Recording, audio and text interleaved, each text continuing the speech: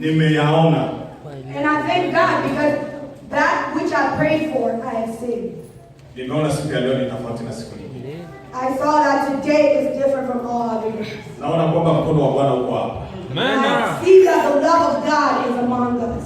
Kwanza nyimbo ambazo nimesikia waimbaji wameanza kuimba. From the songs that those singers sang, nimeanza kufikiria na neno ambalo tutazungumza siku ya leo. I started thinking about the word that we're going to hear today. Nikaona kwamba waimbaji wameshaanza kunitangulia. And I saw that the singers had already gone before me. Basi acha kwanza niulize kwa sababu mimi yalinipita ya wiki iliyopita. So let me ask, because last week I wasn't here and I missed out on that. Wiki iliyopita tulifunzwa juu ya upendo, kumpenda Mungu kuliko vitu vyote. Last week we were taught to love God above all other. Mzee Balibwa ni hivyo? Mzee Balibwa, is that it? Ni hivyo? Is that what we learned? Thank you. Dada. My sister here. Ni vile? Is that the truth? Walitufunza tumpende Mungu kupita vitu vyote. They taught us to love God above all else. Nani ambaye anaweza kunisaidia? Labda mimi sikusikia vizuri. Who can help me? Maybe I didn't hear. Nisaidie dada yako. Praise the Lord.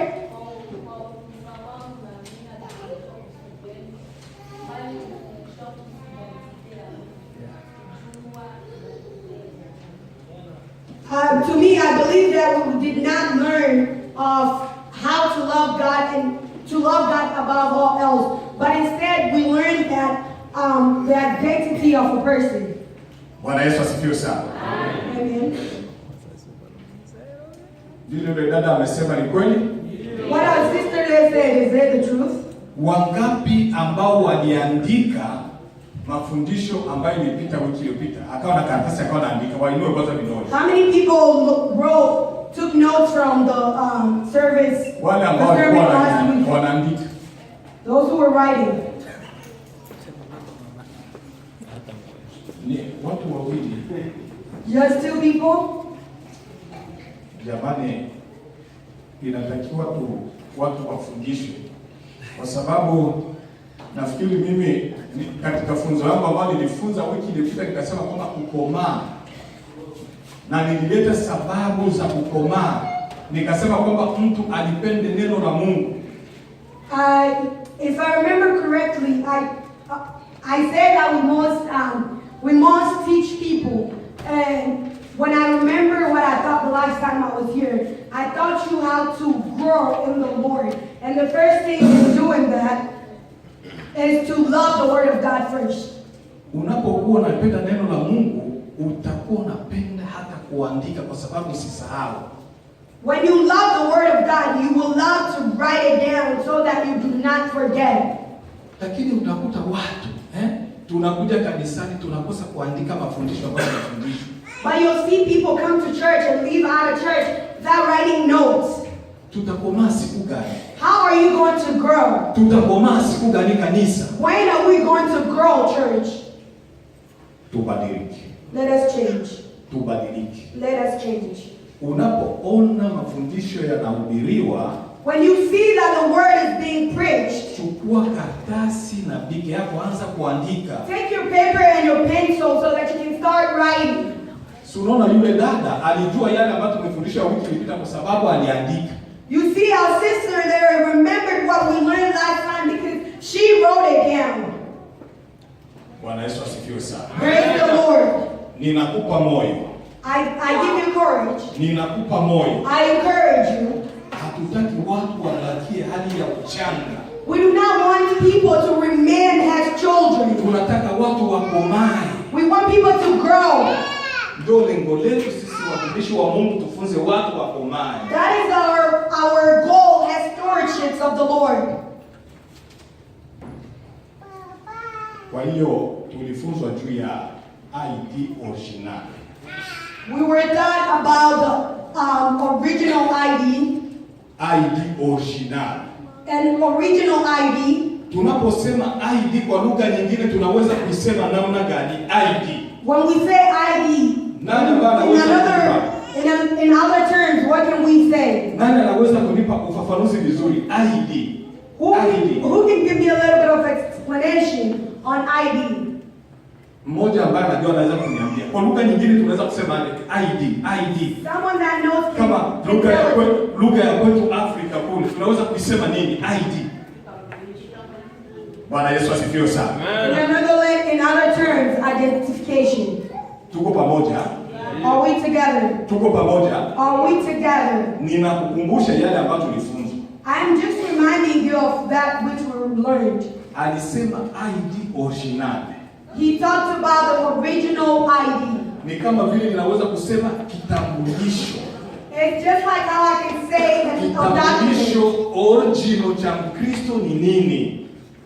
What is the original document of a Christian? Na mtumishi wa Mungu akasema kitambulisho ni kitu ambacho kinajulisha mtu anapokwenda nchi fulani kwamba ametoka nchi fulani.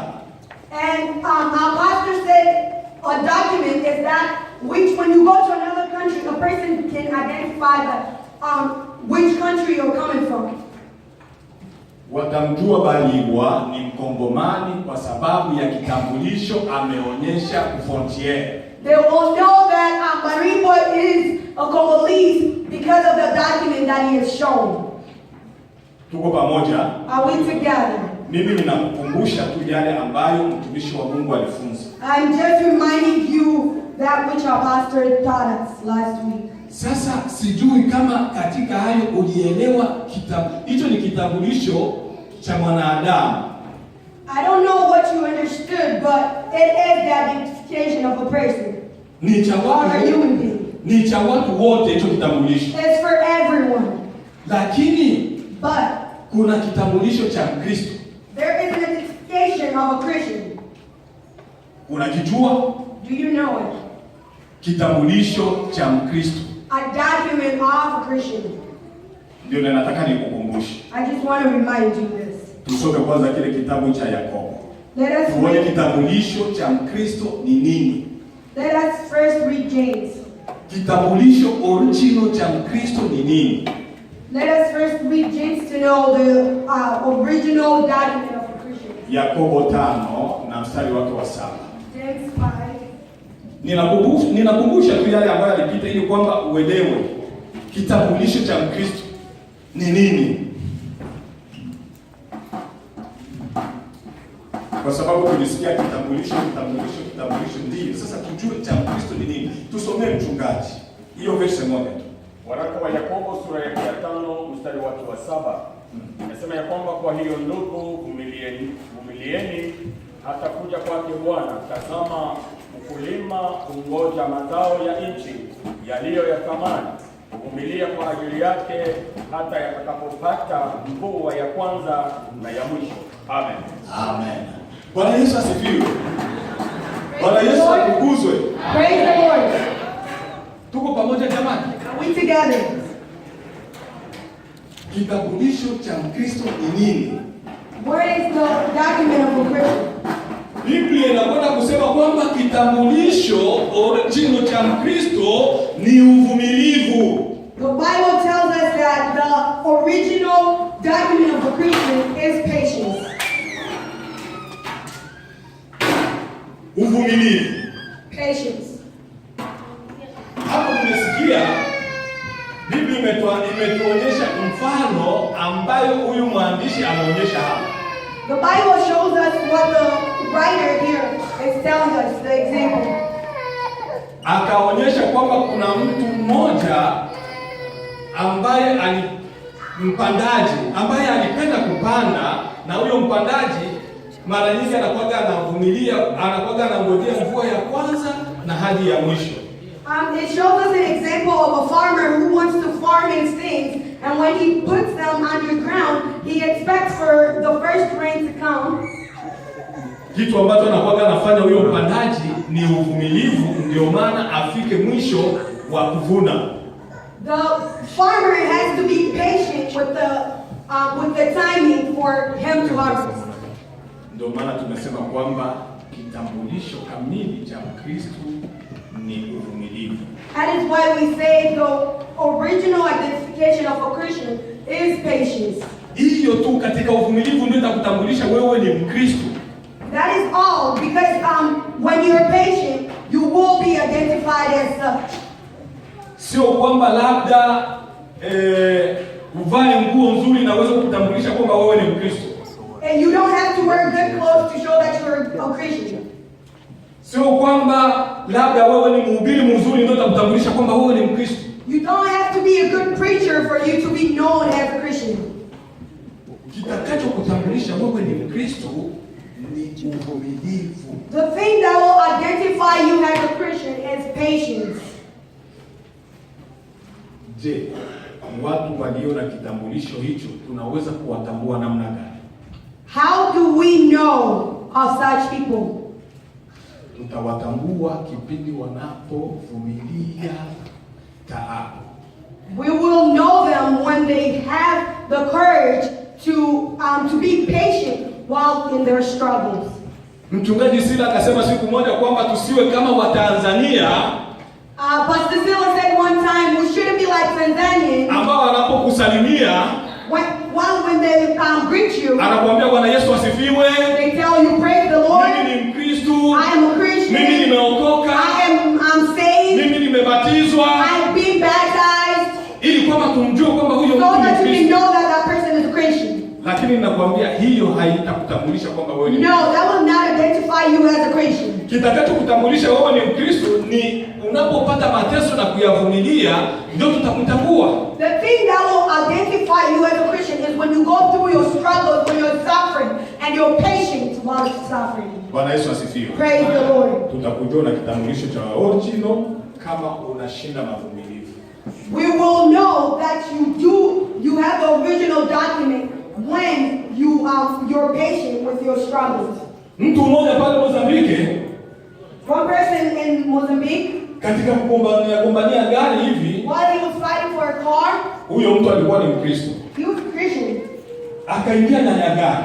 He got in the car. Ukaja mtu Somebody came, akapenda kumwambia bwana, toka hiyo mahali, toka kwenye hicho kiti, mimi nitakaa hapa. and one person came and told him, get out of that seat, I want to sit there. Yule dereva akaanza kumwambia sina pana, mimi ndio nimemweka hapa. The driver told him, no, I'm the one who put Yule mtu hakukubali, akapenda kwanza kumkokota. The person didn't listen. He wanted to just get him out of the car. Alikuwa na chupa ya pombe mkononi. He had a beer, an alcohol bottle, and hakutosheka hiyo. it wasn't enough for him. Akachukua chupa ya pombe akamwagilia juu ya kichwa. He took that bottle and poured it on him. Mtu akaroana. He was wet.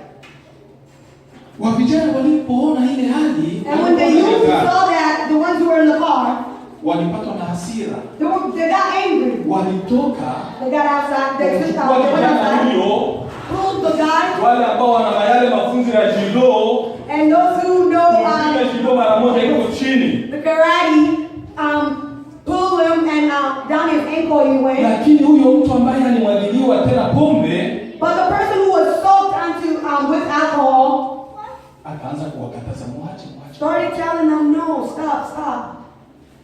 Moja kwa moja watu wote ambao walikuwa ndani ya gari na wale walikuwa pembeni, and instantly the people who were in the car and outside, wakaanza kusema huyu ni Mkristo huyu. they started saying he's a Christian.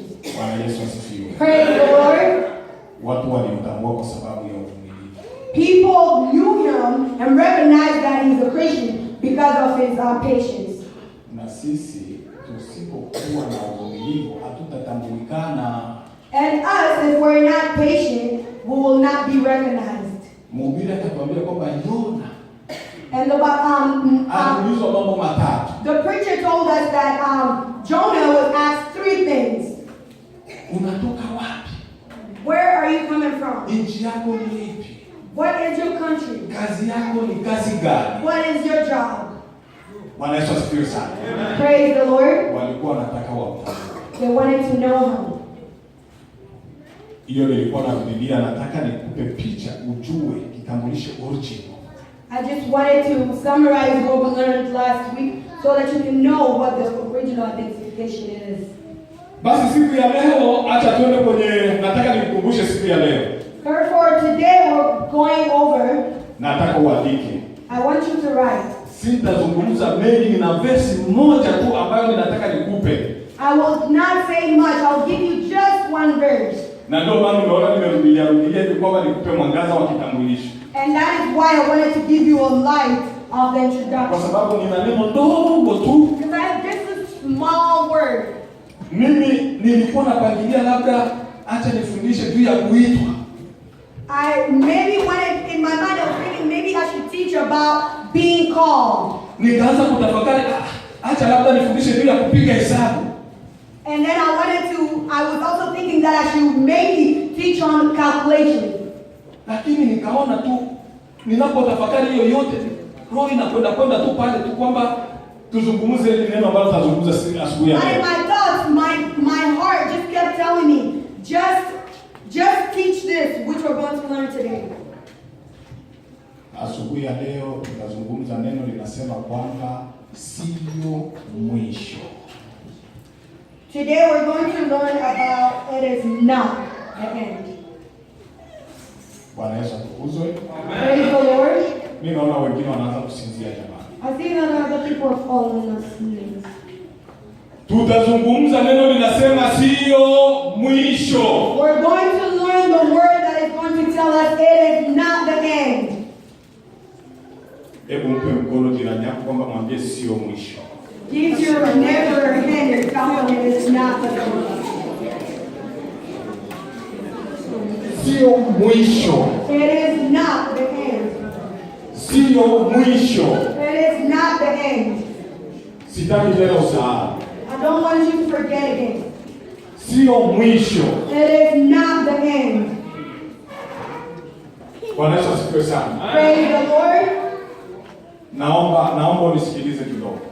Please listen to me for a little bit. Tunaposalimiana, when we greet each other, sio muda sasa wa kuzungumza. it is not time for us to talk. Kama unyenyekee, Sit quietly. tunyenyekee, Humble yourself. tusikie kile Mungu ambacho ametuitia tuje hapa siku ya leo. So that we can hear that which God called us to come here for. Kama ni mazungumzo, tuzungumze nje, tusubiri muda wake nje. If it's a conversation, hold it outside at the end of the service.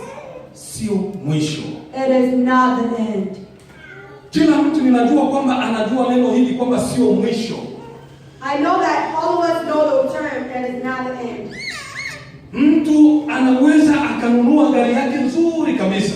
A person who buys a very nice car, na hiyo gari anapoinunua anaiheshimu sana. and when they buy that car, they give it so much respect. Baadaye anasema basi hapa nimeridhika, nimetosheka. And then at the end they'll say, I'm satisfied.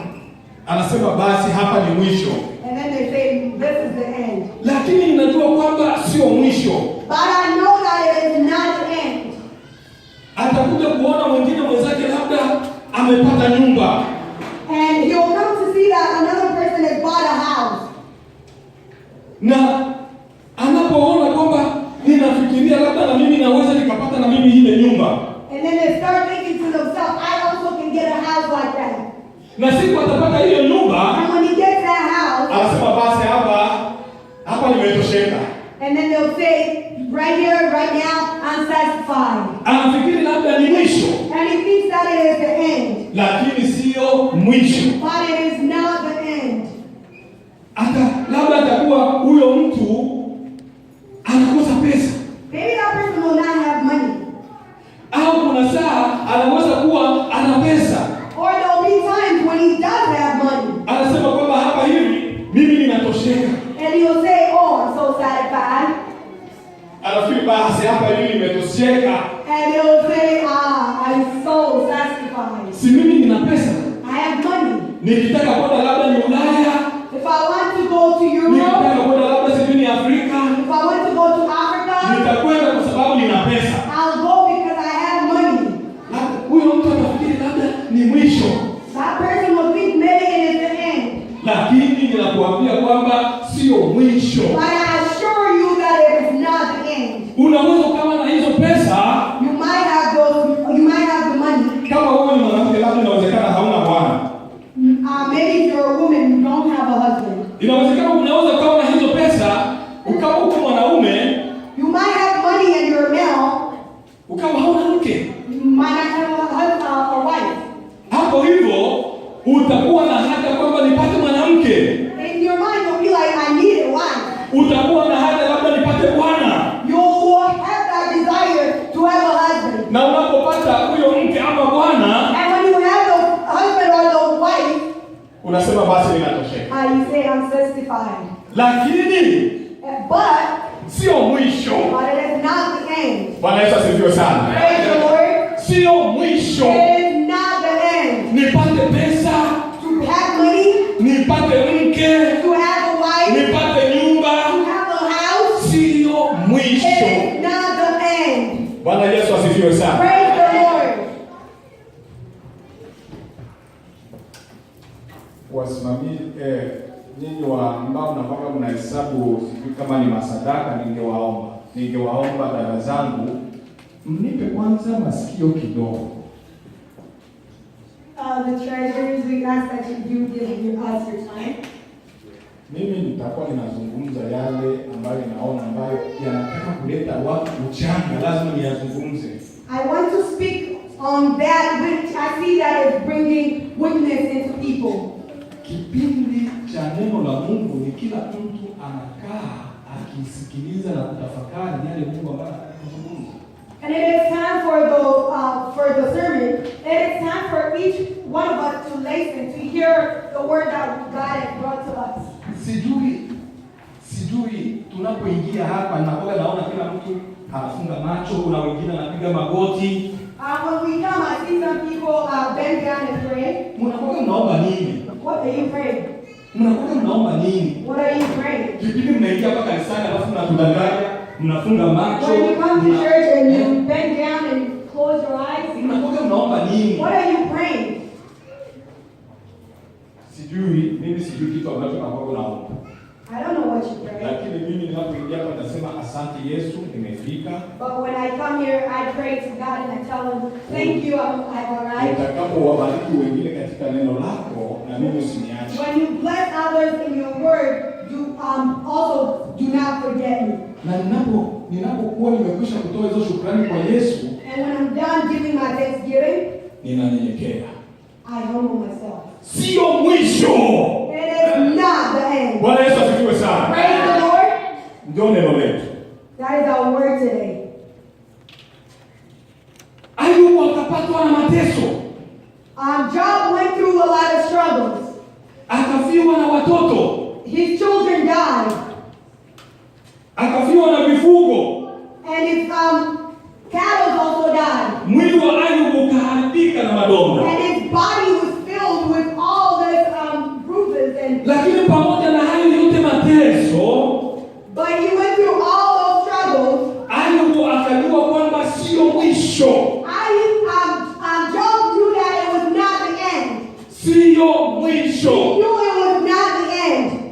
Daudi naye, David also. kipindi alipokuwa akichezea Mungu, when he was dancing for God, wengine watu wakaanza kumcheka. a lot of people started laughing at him. Lakini Daudi, But David, ndani ya roho yake, ndani ya maisha yake, in his heart and in his life, akajua kwamba hata mnicheke, he knew that even if you laugh at me, sio mwisho. it is not the end. Bwana Yesu asifiwe. Praise the Lord. Mwisho ni nini sasa? What is the end then? Tujue mwisho ni nani. Who is the end? Mtumishi wa Mungu tusomee. Tuone mwisho ni nini. Pastor, please read. Kitabu cha Ufunuo Exodus. Revelations. 1:17. Soma hiyo verse moja. Revelation 1:17.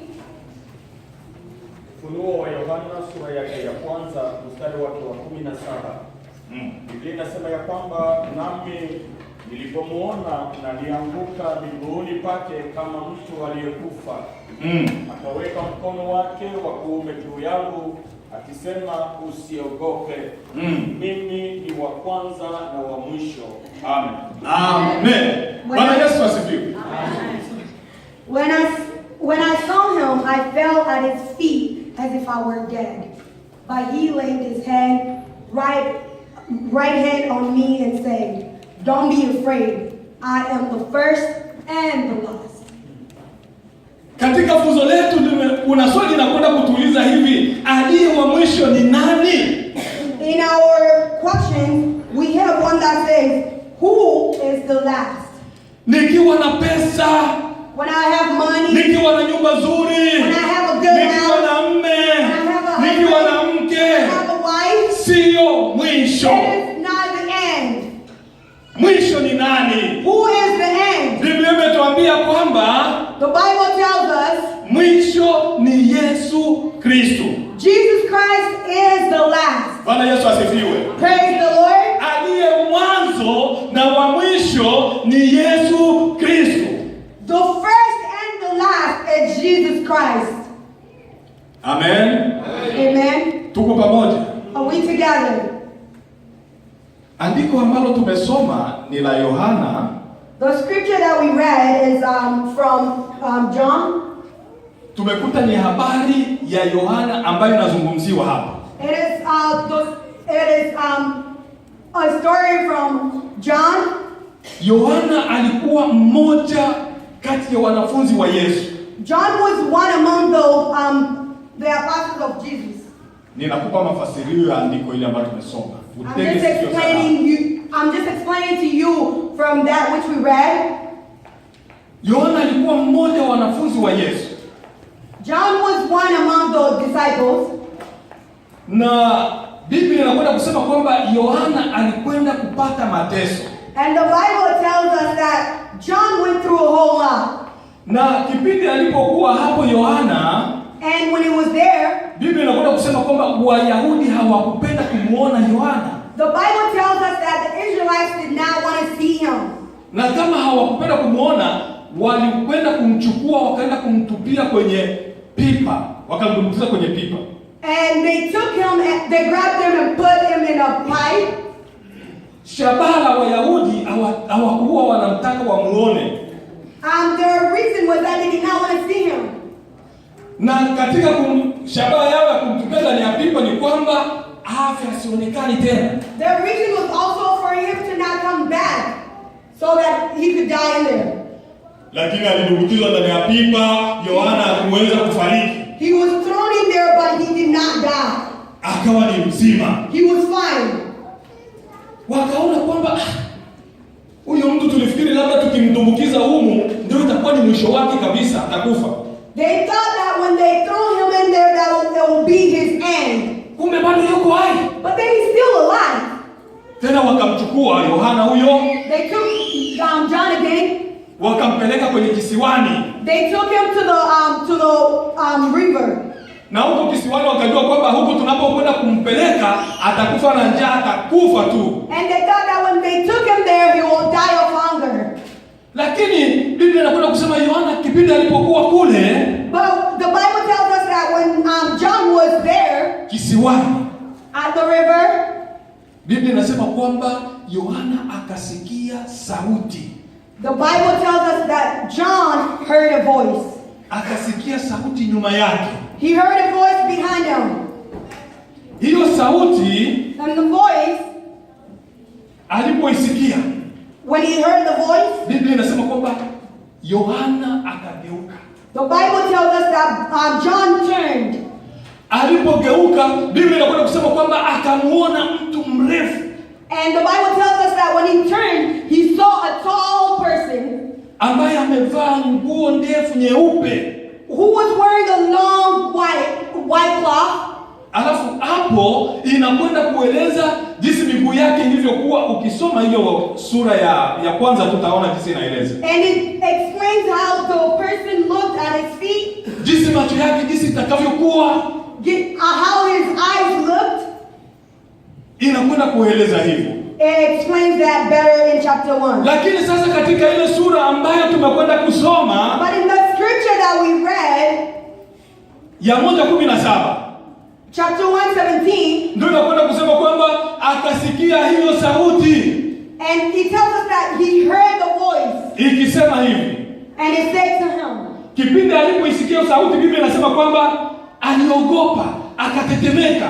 And when he heard the voice, the Bible tells us that he was scared and he shook. Akaanguka chini ya miguu. He fell on his knees. Hiyo sauti ikasema hivi, And the voice said, usiogope. do not be afraid. Usiogope. Do not be afraid.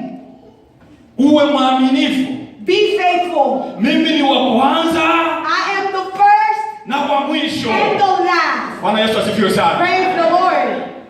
Sauti ikasema mimi ni wa kwanza na wa mwisho. The voice said, I am the first and the last. Sio mwisho. It is not the end. Sio mwisho. It is not the end. Mwisho ni Yesu peke yake tu. The end is Jesus and Jesus alone. Tu hata tukiwa na magari, Even if we have a lot of hata cars, tukiwa na mke, even if we have a wife, hata tukiwa na nyumba, even if we have a house, mwisho ni Yesu the Kristu. last is Jesus himself. Mwisho ni Yesu Kristu. The end is Jesus himself. Alafu kuna kitu mimi ambacho kinanishangaza. There's one thing that surprises me. Kila mara tunasikia tangazo ya kwamba jamani, tutowe. Every time we're always hearing, guys, contribute, give. Jamani, tutowe juu ya kununua jengo. Give so that we could buy our building. Na sisi huku tunaikalia, wewe na mke wako, You sit there, you and your wife, wewe na mme wako, you and your husband. ni kwa tuna 10,000 tumepata kwenye tax 1,000. We have $10,000, but we got 1,000 from. Kwenye akaunti niko na hivi. In our account, we have this much money. Ndugu yangu, ninakwambia sio mwisho. But I tell you, my brethren, it's not the end. Hiyo pesa ambayo unahesabu, The money that you're counting, hiyo pesa ambayo wewe unajivunia, the money that you're making yourself proud with, ninakwambia sio mwisho. it is not the end. Sio mwisho. It is not the end. Ayubu Job ni mtu ambaye alikuwa ni tajiri, was a person that was very wealthy, lakini aliona kwamba hivyo vyote but he saw that all of those things, sio mwisho. it wasn't the end. Sio mwisho. It wasn't the end. Na sisi huku bado tunahesabu But as here, we're still here counting. kwa akaunti niko na I hivi, have this much in my account. mimi ninafanya kazi, I have a job. lakini hawataki kumtolea But Mungu. you do not want to give to God. Acha nikuambie siri moja. Let me tell you a secret. Wenzetu wa Tanzania Our brethren Tanzanians, wanabarikiwa sana sana they're so blessed kwa sababu ya kutoa. because they give, Kwa sababu ya kutoa. because of giving. Labda mimi ninaona kwamba wale watu, Maybe in my mind I'm thinking those kwa people, sababu ya mafundisho kuwa mengi na wanapokea mafundisho, because they have learned so much and they'll welcome and they take those na wanakuja kutafakari kwamba hii ambayo mimi ninayo and they put remarks on it and think that what I have, sio mwisho. it is not the end. Sio It mwisho. is not the end. Acha nimpe Mungu. Let me give to God. Acha nimpe Mungu Let me yaliyo give to yake. that which is His. Lakini sisi bado tunahesabu kwa But akaunti we're kwa still hivi. counting. We have this in Na our account. unajua ndani ya jengo la Mungu, But you know that in the house of the Lord, ndani ya kanisa la in Mungu, the church of bado God, muko njaa. that there's still Na neno hunger. linasema kwamba And the word says that leteni zaka na sadaka bring offerings nyumbani mwa in the Bwana house of the ili Lord usiwepo so njaa. that there's no hunger. Sio mwisho. It is not the end. Bwana Yesu asifiwe sana. Praise the Lord.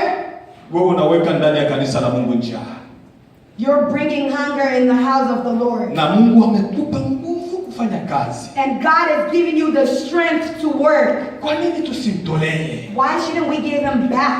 Kwa nini tusimpe Mungu Why iliyo shouldn't yake? we give Him that which belongs to Him in the first place? Bwana Yesu asifiwe sana. Praise the Lord. Mimi Mungu nilikuwa nataka nifundishe labda kuitwa, I wanted to teach on being called, lakini Mungu ameniambia kwamba niyazungumze haya tu.